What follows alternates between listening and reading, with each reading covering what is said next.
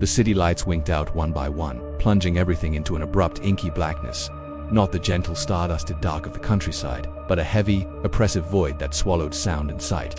In my apartment, the silence was suddenly a physical presence, a weight on my eardrums. I fumbled through the kitchen drawer, my fingers brushing against cold metal and smooth plastic until they found what I was looking for: a single, forgotten candle and a book of matches. With a scrape and a flare of sulfur, a tiny flame blossomed in the darkness. I touched it to the wick, and a soft golden light pushed back the suffocating black. It was a small victory, but it felt monumental. The candle's glow was warm, alive.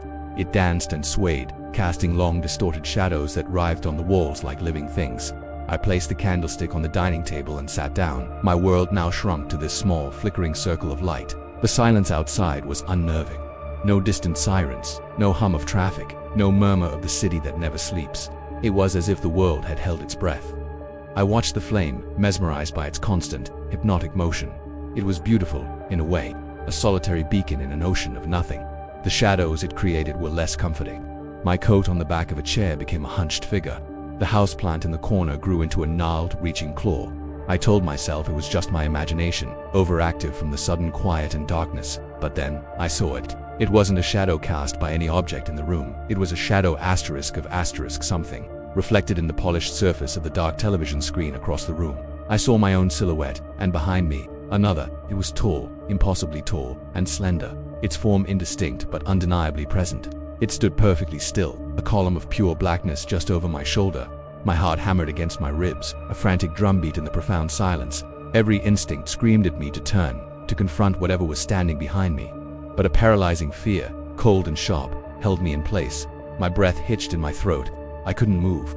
My eyes were glued to the reflection. The shadow didn't move. It just stood there, a silent, menacing sentinel in the candlelight. Who was it? How did they get in? The locks were all bolted, the windows were shut.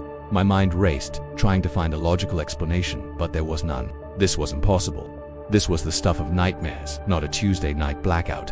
Slowly, painstakingly, I gathered every ounce of courage I possessed. My muscles screamed in protest as I forced my head to turn.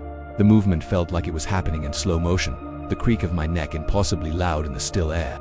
I braced myself for a face, for a weapon, for the terrifying unknown. I finally snapped my head around. There was nothing there, just the empty space of my living room. The coat was still a coat, the plant just a plant. The air was empty. Relief washed over me so intensely it made me dizzy, but it was short-lived. A cold dread, even deeper than before, quickly took its place. If there was nothing behind me, then what had I seen? Was I losing my mind? My gaze drifted back towards the table, back to the source of the light, back to the solitary candle. And that's when I saw it. My heart didn't just stop, it felt like it shattered into 1,000 icy fragments. The shadow hadn't been on the wall. It hadn't been a reflection in the TV. It was asterisk in asterisk, the flame. Trapped within the tiny, dancing teardrop of light was the same tall, slender silhouette. It was no longer behind me. It was contained, imprisoned inside the fire itself. It wasn't a shadow cast by the flame. It was a shadow asterisk within asterisk the flame. It writhed and twisted, not with the natural flicker of the candle, but with a desperate, silent struggle. Its form was clearer now, a humanoid shape made of pure, living darkness, contorting within its fiery prison. I stared, unable to look away, my mind refusing to process what my eyes were seeing. The candle, my only source of light and comfort, had become a cage for something paranormal. Something that was supposed to be in the dark was now trapped in the light. Its silent, frantic movements were a terrifying ballet. Was it trying to get out? Panic seized me again, raw and primal. I had to put it out. I had to extinguish the flame and whatever was inside it. But what would happen then if I blew out the candle? Would it be released back into the darkness of my apartment, back into the room with me? The thought was more terrifying than seeing it contained. The candle flame wavered, and for a heart-stopping moment, the dark figure within it seemed to lunge towards the edge of the fire, its form expanding as if trying to break free.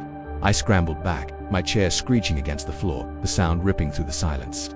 I was a prisoner in my own home, held captive by a single, tiny flame. How long did I sit there, locked in a silent standoff with the entity in the candle? Minutes, hours, time had lost all meaning. My world was this one horrifying tableau, the oppressive darkness, the single point of light, and the nightmare trapped within it. The wax was melting, the wick shortening. The candle wouldn't last forever. With each passing moment, the figure's struggles seemed to grow more frantic, more violent. It beat against the walls of its fiery prison, a silent scream of rage and desperation that I could feel in my very bones. The flame flickered violently, casting the room into a strobing, disorienting chaos of light and shadow. The entity was weakening the flame. Its prison. It was going to get out. I had to do something. I couldn't let it escape into the darkness with me. My eyes darted around the room, searching for a solution, for salvation. My gaze landed on the glass of water I'd left on the table earlier. It was my only weapon. With a surge of adrenaline-fueled desperation, I lunged for the glass. My hand trembled, sloshing water over the side. The figure in the flame seemed to notice, its movements becoming even more frenzied. It knew what I was about to do. For a split second, I hesitated. Was I trapping it, or was I setting it free? There was no more time to think. With a choked sob, I threw the water onto the candle. There was a sharp hiss, a final, convulsive flicker from the flame, and then absolute, total darkness, deeper and more complete than before. The silence that followed was deafening, heavy with dread and anticipation. I stood frozen, my breath held tight in my chest, every nerve ending screaming. I listened, straining to hear any sound of footstep, a breath, anything to signal that it was now in the room with me. But there was nothing, only the frantic, terrified thumping of my own heart. Did it work? Was it gone? Or was it just standing there, in the impenetrable blackness, invisible, silent, watching me? I would never know. And as I stood there, alone in the dark, a new, more terrifying thought began to form. That blackout wouldn't last forever. Sooner or later, I would need light again, and I had a whole box of matches. The thought sent a fresh wave of terror through me, colder and more permanent than anything before. Every source of light, every candle, every match, was no longer a comfort. It was a potential cage, a potential window, a beacon calling out to whatever lurked in the shadows, waiting for an invitation into the light.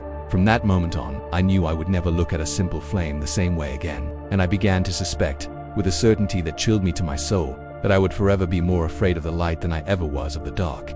The city remained dark, and I remained motionless, a statue carved from fear, waiting for a dawn that I wasn't sure I wanted to come. Thank you so much for watching. This one was a bit different, a slow burn horror to hopefully get under your skin.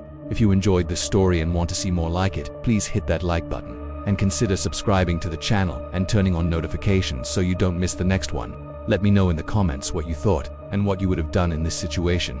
Stay safe, and see you in the next video.